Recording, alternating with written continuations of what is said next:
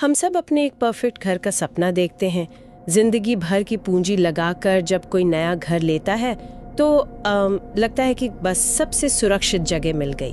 पर आज हम जिस दस्तावेज पर चर्चा कर रहे हैं, the infinite corridor of floor 13, ये पढ़कर मैं तो सच में डर गई थी। हाँ बिल्कुल, और इस गहरे विश्लेषण का मकसद सिर्फ कोई भूत की कहानी सुनाना नहीं है। हम इस डायमेंशनल ट्रैप यानी आयाम के उस जाल को समझाने की कोशिश कर रहे हैं। मतलब कैसे एक मिट्टी और पत्थर की आम सी बिल्डिंग एक जिंदा दिमाग की तरह शिकार करने लगती है। सही कहा।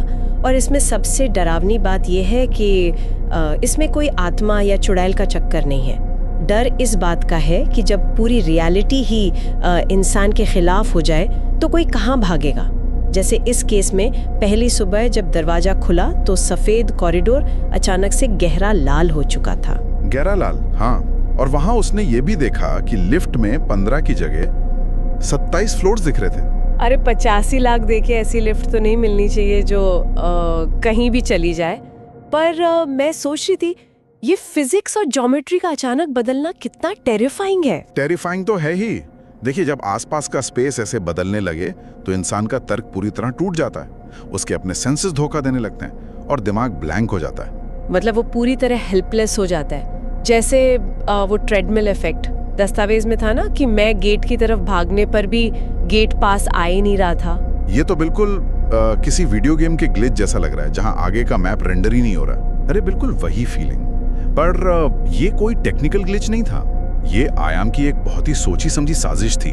देखिए, जब इंसान भागता है और रास्ता नहीं मिलता तो जो घुटन और डर पैदा होता है ना, वही इस एंटिटी का खाना है। ओह वाओ, तो मतलब वो सिस्टम लोगों के डर को पकाकर खा रहा था। हाँ एग्जैक्टली। ये पैरासाइट सिस्टम ऐसे ही काम करता है।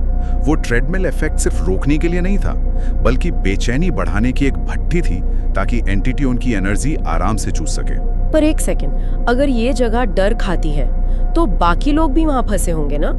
उस दस्तावेज में सुनीता का जिक्र था जो 2020 से कैद थी, और 7 और लोग भी थे। उनकी तो उम्र ही नहीं बढ़ रही थी। उम्र नहीं बढ़ती क्योंकि वहां स्पेस और टाइम रुक गया है, पर उनका दिमाग धीरे धीरे खोखला हो रहा था। ये एंटिटी डायमेंशंस के बीच अपना जाल बुनती है और फ्रेश शिकार का इंतजार करती है, जैसे कोई मकड़ी जाला बुनती है। पर 13वें फ्लोर के रूम 1313 में वो लाल काला स्फीयर था जो टेलीपैथी से सीधे दिमाग में बात करता था। तो क्या वही पूरी बिल्डिंग को कंट्रोल कर रहा था? बिल्कुल, वही स्फीयर उस एंटिटी का दिल या कोर था। वही लोगों को ललचाता है और अंदर बुलाता है, फिर अचानक ज्योमेट्री बदलकर उन्हें हमेशा के लिए कैद कर लेता है ताकि उनकी आत्मा और ऊर्जा पीता रहे। वेट, इसका मतलब पूरी की पूरी बिल्डिंग ही एक जिंदा और भूखा शिकारी है। ये सोचकर ही मेरे रोंगटे खड़े हो रहे हैं। और इस शिकारी से बचने का तरीका तो और भी ज्यादा दर्दनाक निकला। हाँ, बहुत दर्दनाक। सुनीता ने बाकी सबको बचाने के लिए खुद को उस लाल काले स्फीयर को सौंप दिया। उसने विलिंगली अपनी बलि दे दी। हाँ, और उसके सैक्रिफाइस की वजह से इतनी ज्यादा एनर्जी एक साथ आई कि सिस्टम कुछ सेकंड्स के लिए ओवरलोड हो गया। तभी रास्ता खुला जिससे बाकी लोग बाहर निकल पाए। सिस्टम ओवरलोड होने से छुटकारा तो मिल गया, पर बाहर आते ही जो असली सच पता चला वो सबसे खौफनाक था। किसी के भी होश उड़ जाएंगे। अरे हाँ, रियलिटी ने सुनीता का अस्तित्व ही मिटा दिया।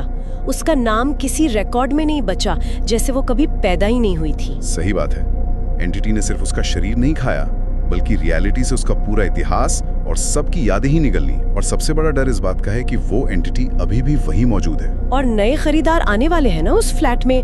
आदित्य की सारी चेतावनियां रियलिटी ब्लॉक कर रही है ताकि नया शिकार आराम से अंदर आ सके।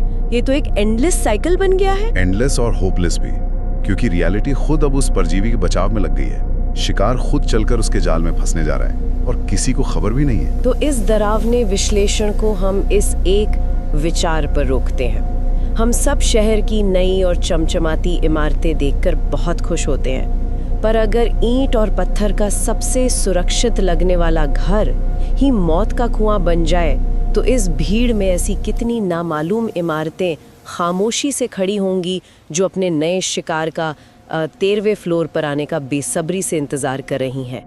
शुभ रात्रि, और आगे से किसी नए दरवाजे को